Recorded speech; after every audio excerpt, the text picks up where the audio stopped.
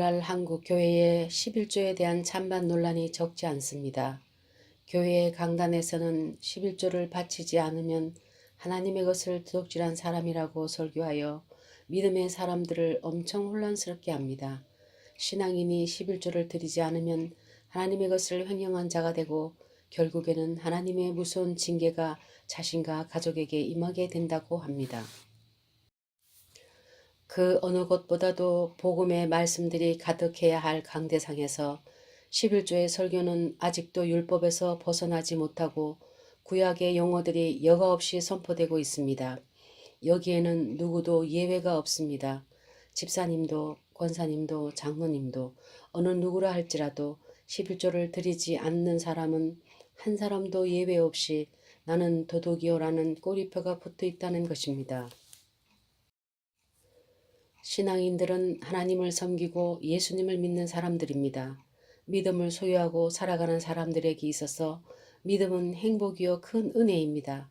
어떻게 믿음으로 구원받은 사람들을 향해서 도둑이라는 부도덕하고 비윤리적인 표현을 쓸 수 있는 것인지 정말 말할 수 없는 수치스러움과 불쾌한 심정을 숨길 수가 없습니다.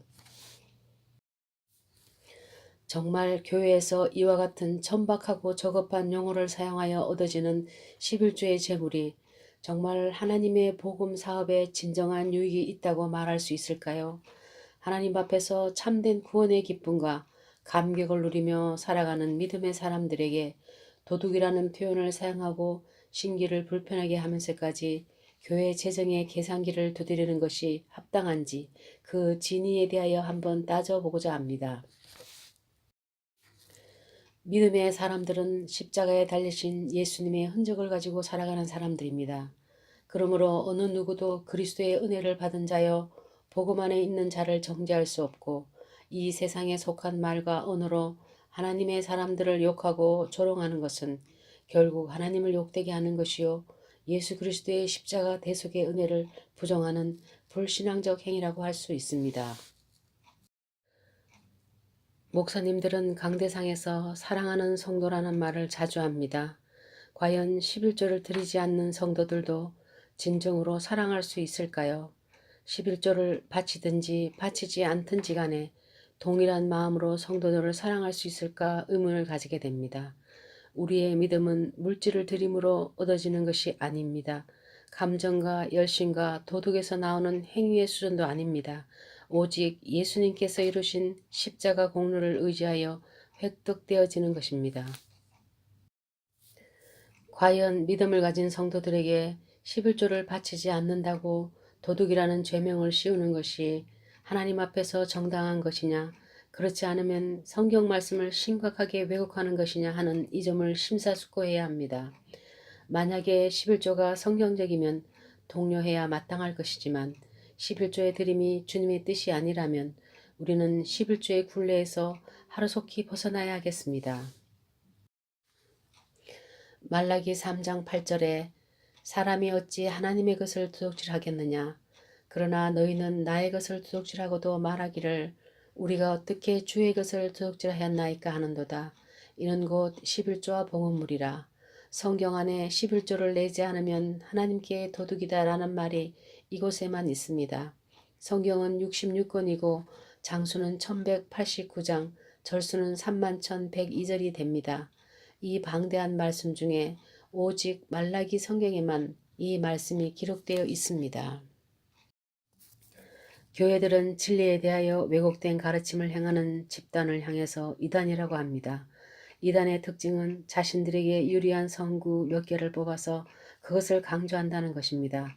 저들을 향해서 성경을 왜곡하고 수많은 사람들을 비진리로 인도하는 자들이라 단지하면서 정작 교회들은 성경 한 구절을 가지고 11조 안 하는 사람들을 도둑이라 합니다. 내가 말하면 진리가 되고 남이 말하면 비진리가 된다는 억지 논리가 아니고 무엇이겠습니까? 하나님은 우주 만물을 창조하시고 경영하시는 분이십니다. 사람은 하나님의 피조물로서 죄와 허물로 인하여 죄 아래 있고 심판 아래 있습니다. 오늘날 교회가 11조 사상을 강조하는 것은 결코 우연한 일이 아닙니다.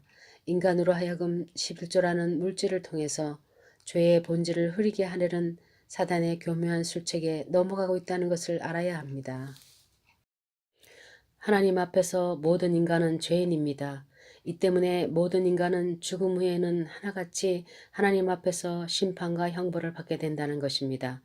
혹 어떤 지도자의 가르침 같이 하나님의 11조를 도둑질해서 죄인이 되는 것은 결코 아닙니다. 이 세상 어느 누가 하나님의 창고에서 하나님의 것을 훔쳐서 흥청망청 쓰는 사람이 세상 천지에 어디에 있겠습니까? 11조에 관련된 설교를 듣게 되면 여러분은 무엇을 느낍니까? 아무개는 11조를 열심히 하였더니 부자가 되고 성공하였는데 11조 하나는 아무개 집사와 장로는 평생 가난하게 살면서 집안의 어려움이 끊이질 않는다고 합니다. 이것이 진정 인격적 하나님을 믿는 지도자의 가르침입니까?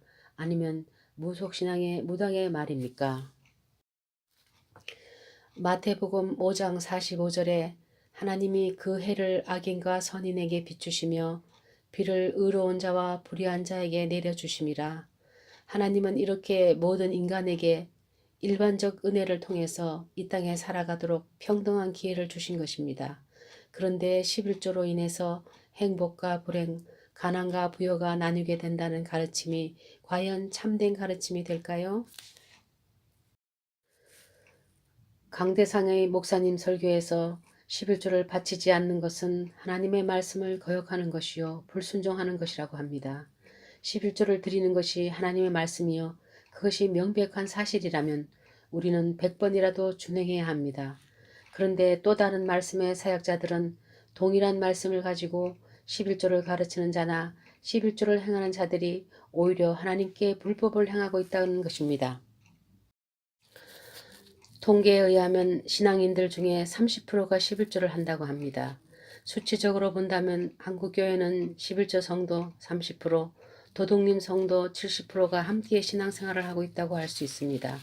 11조를 옹호하는 쪽에서는 11조 안 바치면 도둑이라고 하고 11조를 반대하는 쪽에서는 11조를 바치면 불법이라고 합니다.